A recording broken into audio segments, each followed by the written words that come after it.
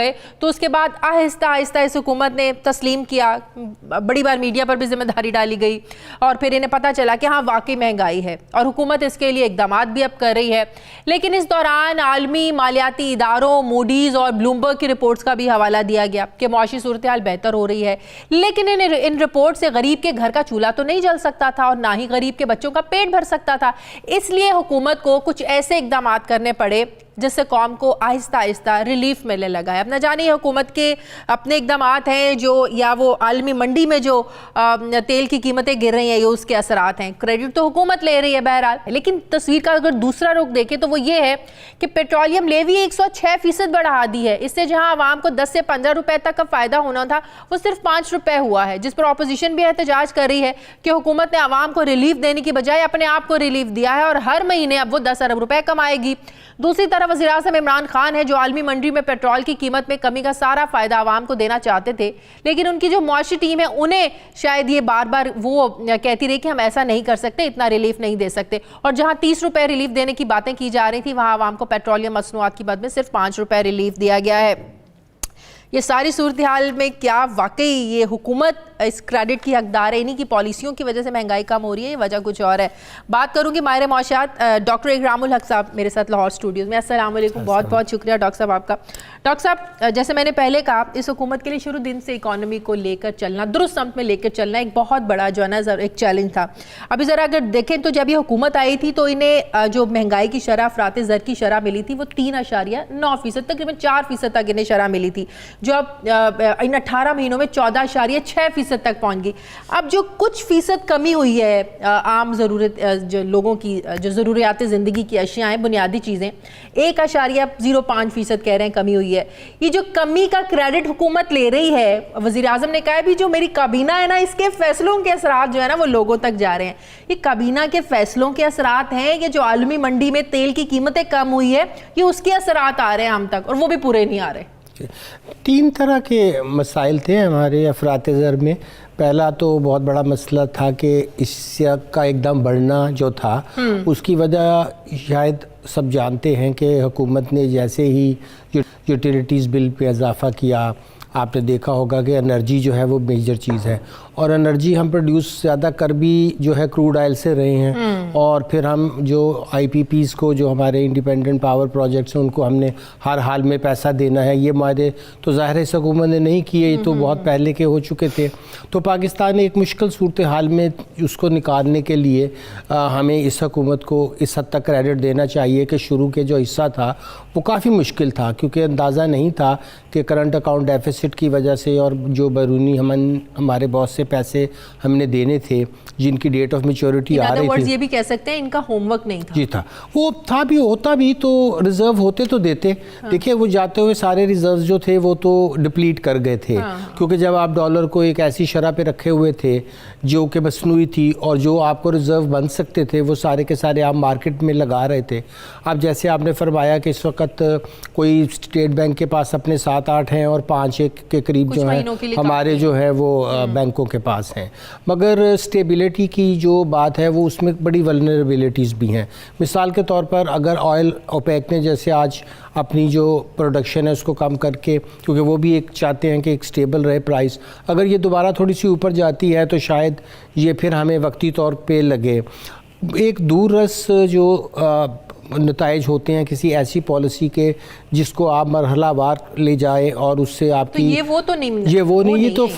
بہت عرصہ fire fighting پہ گزرا اور اس کے بعد جو پالیسیز بنائی وہ چونکہ اینٹی گروتھ ہیں کیونکہ جب آئی ایم ایف آتا ہے تو ظاہر ہے کہ وہ ٹائٹننگ آف بیلٹ کہتے ہیں آپ کریں. اس کی وجہ سے کیا ہوتا ہے کہ آپ کو اپنا انٹرسٹ ریٹ بہت آپ کو لے کے اوپر جانا پڑا، اس سے بزنسز سلو ہوئے. پھر چونکہ معیشت کے اندر جو سلو ڈاؤن جب آتا ہے تو آپ کی پاس ڈسپوزیبل انکمز اور جب افراط زر بھی اتنا ہائی ہو تو عام بندہ جو اس کو فیل کرتا ہے کہ اس کی کچن کی آئٹمز کتنی مہنگی ہوگی اس کو زیادہ کرنٹ اکاؤنٹ ڈیفیسٹ سے. پیٹرولیم کی مصنوعات میں اب مزید کمی نہیں حکومت کر سکتی تھی جب عالمی منڈی میں اتنی کم ہوئی ہیں قیمتیں؟ اصل میں اس مہینے میں تو چونکہ پچھلے مہینے والی امپورٹ آتی ہے اس کا زیادہ امپیکٹ تو اگلے ہم دیکھیں گے کہ جو مارچ کی اینڈ ہوگا اس کے بعد والی قیمت میں یہ کیا کرتے ہیں. مگر یہ پوائنٹ آپ کا درست ہے کہ انہوں نے جو فائدہ پہنچا سکتے تھے اور ایک بہت بڑا پولیٹیکل اس کا گین بھی ہو سکتا تھا کہ اگر اس کو عمران خان صاحب 100 سے نیچے لاتے تو بہت ایک اور لا سکتے تھے اگر اس قدر زیادہ petroleum levy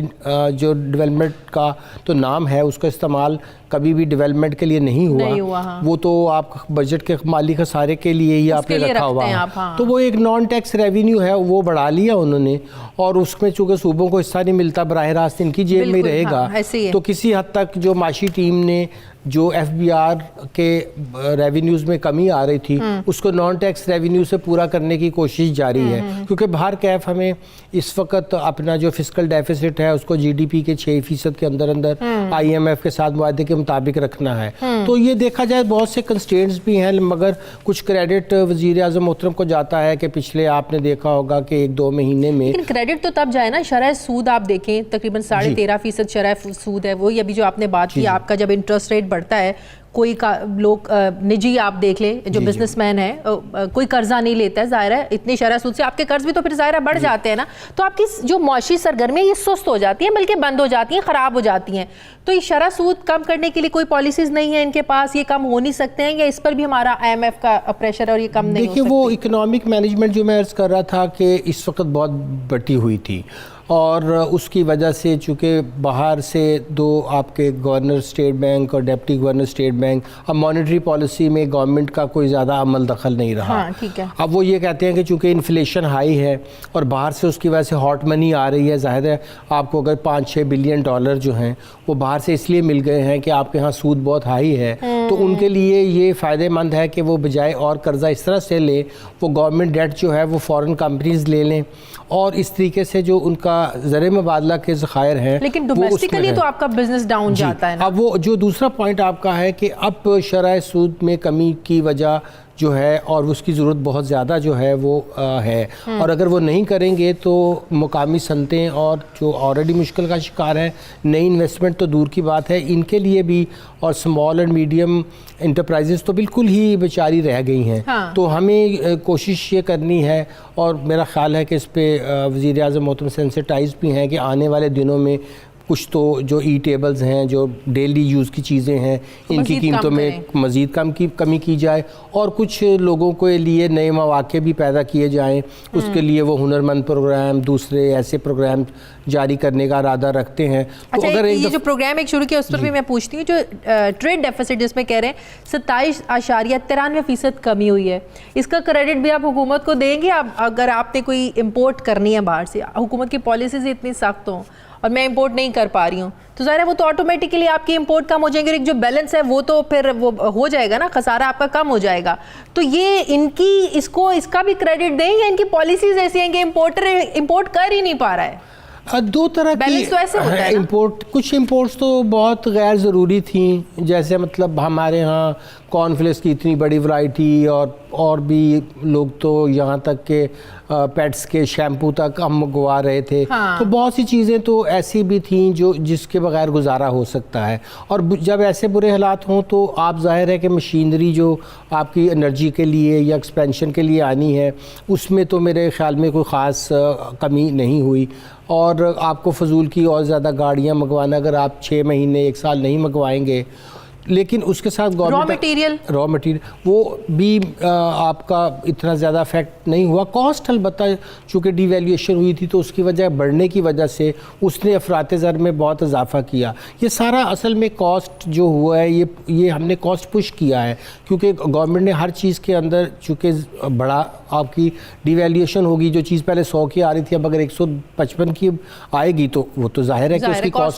cost of doing business بڑی, انرجی کی کاسٹ بڑی. ہاں جو لوگوں کا لیے کنسرن ہے زیادہ, چونکہ وہ زیادہ ان ٹیکنیکل چیزوں سے نہیں, ان کے لیے جو آٹا ہے, چینی ہے اور گھی ہے, اس طرح کی چیزوں کے اندر جو کمی لانا, آپ اسے ٹماٹر ہے, آپ سمجھتے ہیں زیادہ میٹر کرتا ہے. تو یہ جو حکومت کا احساس اساتذہ پروگرام ہے یہ کتنا امپورٹنٹ ہے؟ یہ غربت ختم کرنے کے لیے آپ سمجھتے ہیں کہ یہ وقت ریلیف ہے لوگوں کے لیے؟ جی دیکھیں ظاہر ہے کہ لانگ ٹرم پلاننگ میں تو لوگوں کو روزگار دینا, ان کو ہنرمند بنانا, جو گائے بکرے یہاں بھینسیں دی جا رہی ہیں, تھوڑا سا تبدیلی اس میں ضرور میں یہ کہوں گا کہ صرف اگر 2000 روپے آپ مہینے کا کسی کو دے رہے تھے تو وہ تو ایک بیگنگ والا آپ ماڈل اور ایک چیریٹی والا ماڈل تھا, لیکن اس میں ایک پیراڈائم شفٹ ضرور آئی ہے کہ لوگوں کو وہ چاہتے ہیں کہ وہ اپنے خود کفیل ہو جائیں. اگر ہم خود کفالت کی طرف جائیں, ہیومن کیپٹل کو بہتر کریں اور انڈسٹری کا پہیہ دوبارہ سے چلائیں, تو پھر اتنی مایوسی کی بات نہیں ہے. مجھے لگتا ہے کہ اگلے 6 مہینے میں آپ دیکھیں گے کہ کچھ اس پروگرام کے ثمرات سے, کچھ حکومت کے ٹائٹننگ آف بیلٹ کے نتیجے میں, اور کچھ ہمیں عالمی طور پر چونکہ یہ ٹیکسٹائل کے سیکٹر میں اس وقت فل بلوم پہ ہے. آپ اس چیز سے ایگری ہیں کہ مشکل وقت گزر گیا, آنے والے 3.5 سالوں میں اب کچھ بیلنس ہوگا؟ جی میرا خیال ہے اور 5-6 مہینے میں آپ بہتری کے اور اثار دیکھنے